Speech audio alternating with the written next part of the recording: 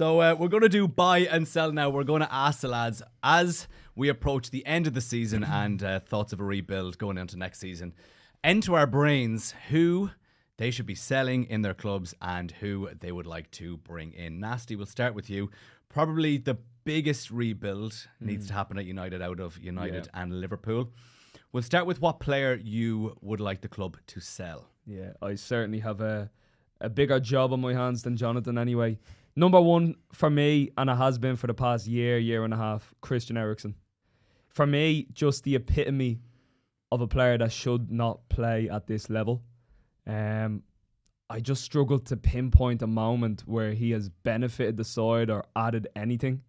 So I would have to put him number one. It's close because when you hear my number two, that is, quite a big job as well. But I would say Eriksen number one for sure. You said number two? No, I'll say it now. Number two. Yeah, go for it. Number two, Anthony Martial. Yeah. Has to go. I struggle to think how he has been at the club that long. It's actually ludicrous. I mean, I loved his first season when he came in 15-16, but he has never been at that height since. Had a good 19-20, which is probably the closest he's come to that, but still, still even then, I feel not the level that we're really looking for, but especially now. I mean, I've never seen a player with a lower work ethic. From watching them live, even on TV, it's ludicrous. So for me, they're the glaring top two that have to go. Peaked too soon against his first game against Liverpool. When he scored that goal. Yeah. Peaked too soon. Yeah, so you're getting rid of a midfielder and a striker, but who would be your number one target to bring in to United? Number one for me would be Edmund Tapsoba of Leverkusen, if it was even feasible. I mean, I don't understand why he would want to come to us in this current state. But if you ask me a player that we can have, that's who I'm going for. I think we've had, out of all of our issues over the years, I think centre-back has been a really obvious one. And I do think we have somebody really capable there in Licha Martinez. And I quite, contrary to unpopular opinion, I think that Maguire is also capable as well. But I think Maguire more so to be in rotation. I think Tapsoba, if you put him there, plug him in centre-half, he will be our guy. Put somebody alongside him if Martinez can stay fit. I think it's a formidable partnership. Okay. It mightn't be a bad idea to bring in a few builders as well to sort out that roof after the weekend. What's your thoughts on that? Because we were talking about the stadium before we started recording. Like, what is your thoughts on the whole stadium and how it's been allowed to get into such a state? I mean, it's crazy, to be honest, because I was only there back in February and I really don't get the impression that it's in that bad of a state. But, seeing the videos, you can't really deny that. Absolutely abysmal how that was allowed to happen. But I suppose, something definitely needs to be done about it. Jonathan, buying and selling. I'm interested in you because there's a few people out of contract as well. Well, they're coming into the last year of the contract. I wonder will that work into your thoughts in who Liverpool should be selling? Like, I could say Thiago, I could say Matip, but they're both out of contract. They're both going to leave. It's Darwin Núñez. Absolutely 110%. We need to sell Darwin Núñez. I don't think he's a bad footballer. But ultimately he's not what we need. We need better. He's unreliable.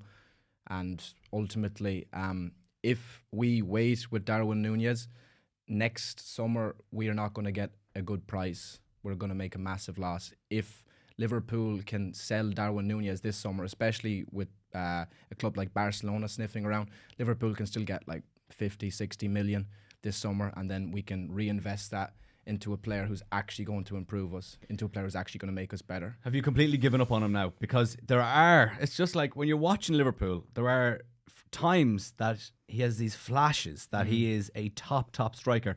Just thinking back to the time when he came on against Newcastle, scored those 2 late goals to get the win. Would it not be worth giving him another shot under Slot if he comes in? No, completely done. Absolutely not. And one player that I felt over the last while that I kind of gave up on, but I'm actually back with Slot getting, he's going to get announced as the manager. It's Cody Gakpo. I actually think Gakpo deserves a chance under Slot, but I don't think Núñez does. He's had 2 years at the club now. And granted, he's been a bit better this season. But look, I mean, in terms of the overall season, most of these flashes of brilliance have been very few, far in between. And a lot of them have been in games where we'd be winning, or Europa League games against Sparta Prague or something like that. I mean, ultimately, when it came down to the nitty gritty of the season, where you need to go to Old Trafford and get 3 points, etc., you need a goal at home against Palace in a title race to get back into it. I mean, he's not there. He's not there, and he's never going to be a player where you can just throw him up front and completely rely on him to score 20, 25 Premier League goals, to score at the big times when you need those goals. And even though this is the last summer where Liverpool could actually cash in on Salah, are you happy not to cash in and keep him? Absolutely. Okay. All right. Salah has completely earned his stay at Liverpool as long as he wants, and I have no doubt Mohamed Salah will be back to his near best or best next season. Salah is somebody you can absolutely rely on, and what we need to do is we need to bring in a goal scorer, a proven goal scorer beside Salah, and not Darwin Núñez, who is, as I said, too unreliable. We can't be relying completely on Salah for goals. We need another goal scorer beside him. Do you think he's a bit more like Firmino, and the problem is not actually him, it's the other winger and Luis Diaz not pulling his weight? Núñez. Yeah, because like I know Firmino chipped in with a load of goals, but mainly what his role was creating space and creating opportunities. Núñez does that really well. So if Diaz was scoring in the same way that Mane scored alongside Salah, then maybe the reflection on Núñez is a little bit different. Well, technically, I mean, it's night and day when you compare Darwin In Núñez terms of like and the Firmino. quality of footballer, yes, but in terms of the space that he creates and the I think he's quick. He's obviously quite physical as well, so it's natural enough that he creates a lot of space. But yeah, I mean, I hear what you're saying. If you had Mane there on the left, it would probably cover the cracks. But maybe it's a good thing that we have seen over the last few months. He's been his weaknesses have been exploited again for the umpteenth time as a Liverpool player. So maybe it's a good thing because we can make a decision in the summer and, as I said, bring in a player who will actually improve us. But I am not sold on Diaz either, so I completely hear what you're saying. Well, then who would you bring in? Are you bringing in a striker to replace him? Who would you buy? The dream would be Alexander Isak. Test the waters. Newcastle have no Champions League. Throw 100 million at Alexander Isak. That is a world-class player in the making if he's not already. Yeah.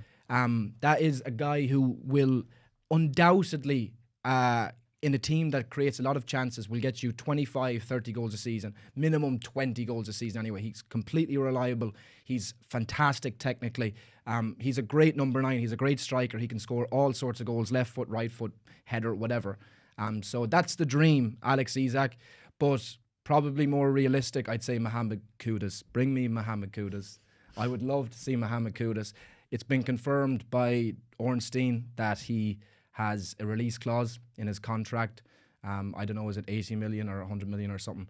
100 million is probably a lot, but if it was something like 80 million or something, I think that is a player that we could certainly go for and we'd actually get. And as well, talking about Diaz, even our wingers, our forwards, bar Salah, as I said, they're not reliable to actually score goals. I think Mohamed Kudus in a better team, his output would be huge. We've also seen at West Ham, he's very potent, he's good in front of goal. That's what Liverpool need. All right, there we go.